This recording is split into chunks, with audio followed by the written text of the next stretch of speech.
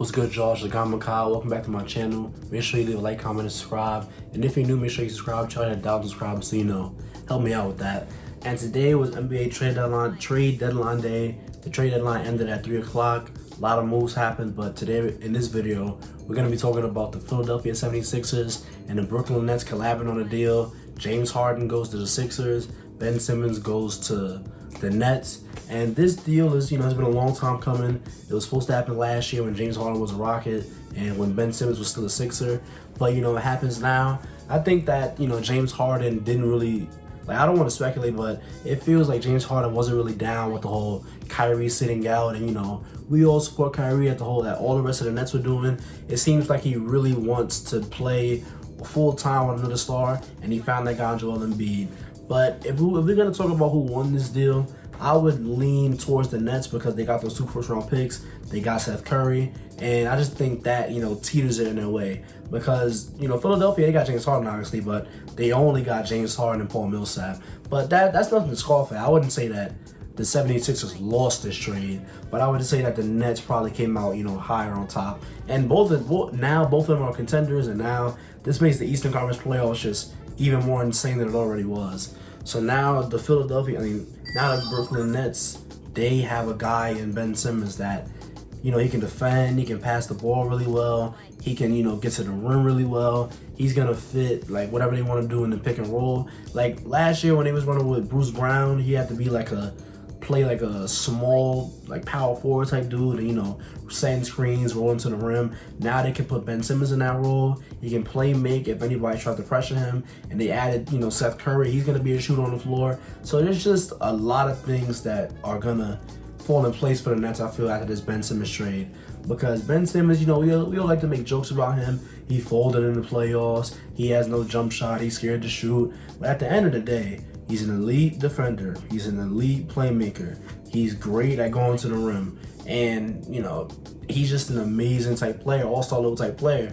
And, even looking beyond this season, looking beyond next season, Ben Simmons is, really, really young. He's 25 years old. Kyrie is not, much older than that. I think Kyrie's 27, 28. So now with this move, the Brooklyn Nets have extended their, winning window. Because Kevin Durant, obviously, he's not going to play at this level for the rest of his career. But by the time Ben Simmons is 28 and Kyrie is 31, they're still going to be able to be in the mix for a championship in the East. And KD's game ages well. He takes and makes a lot of contested jumpers right now. So even down the road, if he's 35-ish, 36, he can still, be a part of this Nets thing. So yeah, man, I think the Nets, and they grabbed Seth Curry. Seth Curry is a good shooter. He's a capable ball handler. I feel decent playmaker. They grabbed Andre Drummond, who's another guy that people like to make fun of. Andre Drummond is a good passer for a big. Obviously, he's a good rebounder.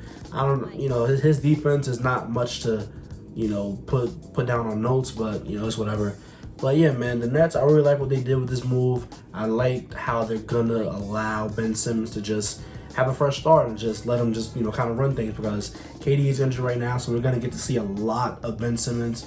And, as far as Kyrie and the whole vaccination thing and the whole he's not going to be full-time, New York State, they're loosening up the vaccine mandates. New York State has just, said that they're going to be canceling the vaccine mandate, but next is probably going to be New York City, because I can't imagine, letting the state do something and then the cities inside of that state just don't, follow suit. But, we're not here for that. We're here to talk about basketball. So, Brooklyn Nets, I think they're, in contention to go to the finals still after this trade. But, yeah, man, the Philadelphia 76ers, they finally got Joel Embiid a co-star. Joel Embiid is having an MVP-type season. I think he's averaging 30.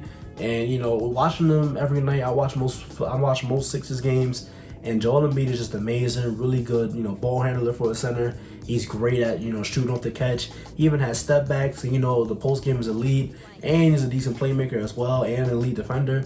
And then now you're throwing James Harden into the mix. So now when James Harden is there, you can be like, okay, I'm going to rest Joel Embiid for this amount of time. And now I don't have to, only rely on guys like, Seth Curry, Tobias Harris for my main source of offense. Now you have James Harden, who's an elite passer, who's an elite, self-created shot maker or whatever. And, that just makes this team a lot more dangerous. And they got to keep Tyrese Maxey, who I really like. They got to keep Matisse Thybulle, who's a good defender. and they just get to, now be in contention in the East. So now, if you ask me today, right now, who is going to the finals out of the Eastern Conference, I would have to say the Philadelphia 76ers, because you can't focus so much defensive attention on Joel Embiid, and then he just looks around, and then he just throws the Harden. Now Harden's attacking the tilted defense, and then he's gonna find somebody if you send more attention to him. But like, if Doc Rivers does this right, because Doc Rivers, I wouldn't say he's like a bad coach. It's just that most times he does not do the smartest thing. But he's a pretty solid coach. I think even he can make this work, because even the Harden and Embiid pick and roll, how do you focus on Embiid going to the rim, and then you have Harden sliding downhill when Harden's great at the floaters and he's great at passing? So it's just going to really work out, I think.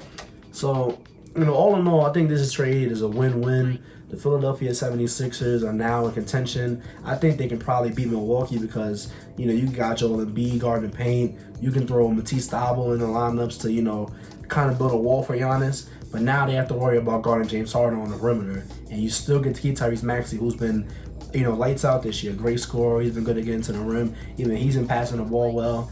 And, yeah, man, they really cleaned up. So the Sixers are now contenders. The Nets are still contenders. The Nets extended the championship window. I just like this deal for everybody involved, and it's going to make for some really, really, really exciting basketball. So I just can't wait to see, what happens with that. And, yeah.